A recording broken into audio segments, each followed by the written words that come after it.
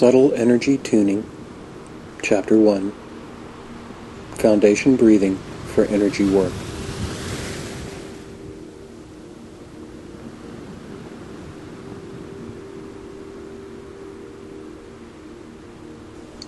With your host, C.S. Norris.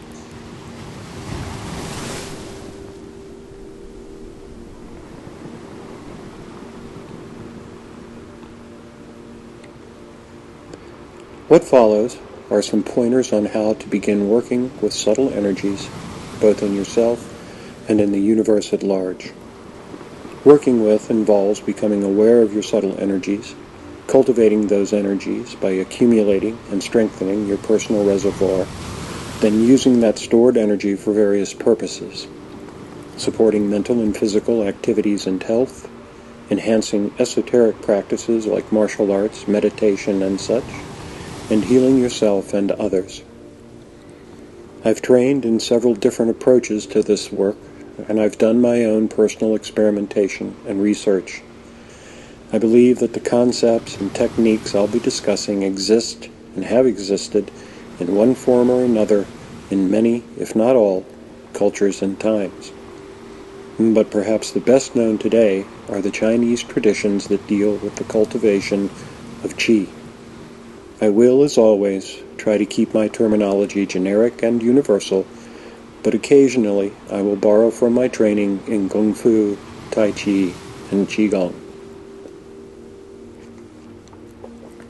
I encourage beginners to do breath work while standing.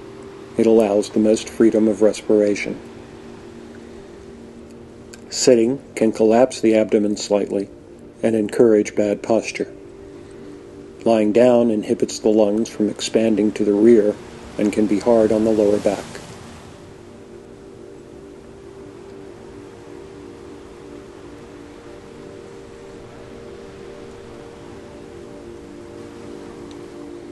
We'll adjust our posture from the ground up before breathing. Place the feet shoulder width apart. Be aware of the feet as tripods, with the heel and the inner and outer edges of the ball taking the majority of the weight. We tend to think of the bottoms of the feet as flat, but they are quite complex. Once you become aware of tripod foot, you'll never forget it. Keep the knees soft and slightly flexed. Take the slack out of the lower abdominal muscles and tuck the hips under so that the lower back flattens a bit. Be aware of raising the rib cage and sternum so the lungs can inflate easily and the other organs are not crowded together. Maintaining good head posture, let the arms hang from the shoulders as if they were suspended from a clothes hanger. Make sure the shoulders are in line with the hips. Be aware of the head on the neck and the muscles and skeletal structures that support it. Look straight ahead. Then lower the chin a little, lengthening the back of the neck. Let any tension in the lips, jaw, cheeks, eyes, and forehead ease and melt away. Lengthen the body ever so slightly upward, pushing up gently with the crown of the head. Then let the body settle back again and be aware as the musculature, skeletal structure, and connecting tissues adjust to the load.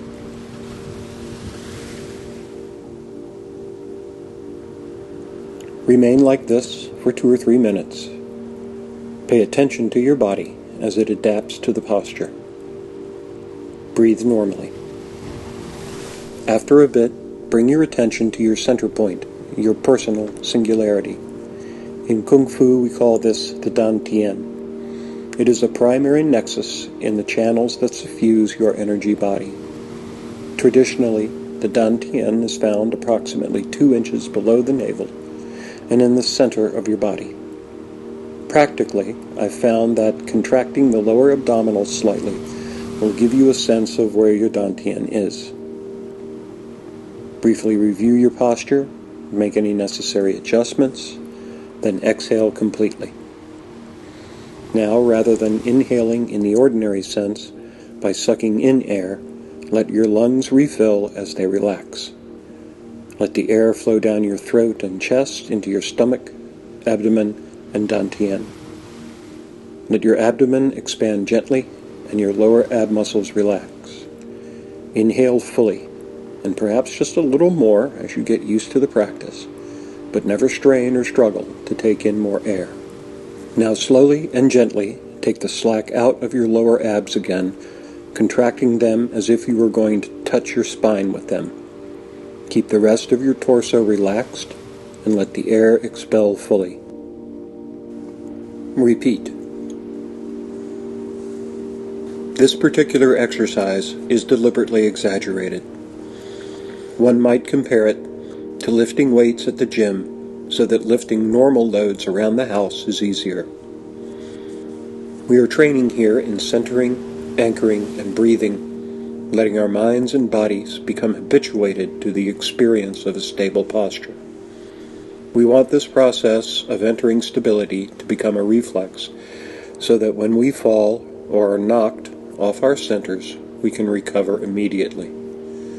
Also, we are beginning to consciously exercise the physical mechanism by which qi is accumulated.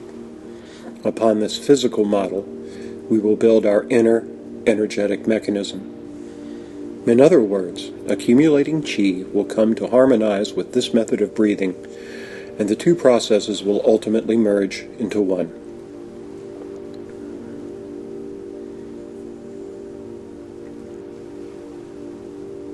Practice this for several days, at least 5. Center, anchor, and breathe 3 sets of 10 breaths each. Between each set, shake yourself gently, then resume your stance for the next set. Do this in the morning after waking, at lunch if possible, and at night before bed. In addition, begin training yourself to center, anchor, and breathe on demand. At intervals throughout the day, standing in line at the store, waiting for a bus, during coffee break, anytime you find yourself standing idly, assume your stance, center yourself, and inhale, exhale at least 1 breath. Don't be unduly concerned about the scrutiny of others. You can do this with very little outward sign that you are doing anything out of the ordinary. Do not rush. You can spend a lifetime just being aware of how your body responds to this posture and breathing, and you can always return to it. Returning periodically to the basics is a good practice. But be sure to continue on with the next chapter as soon as you feel comfortable.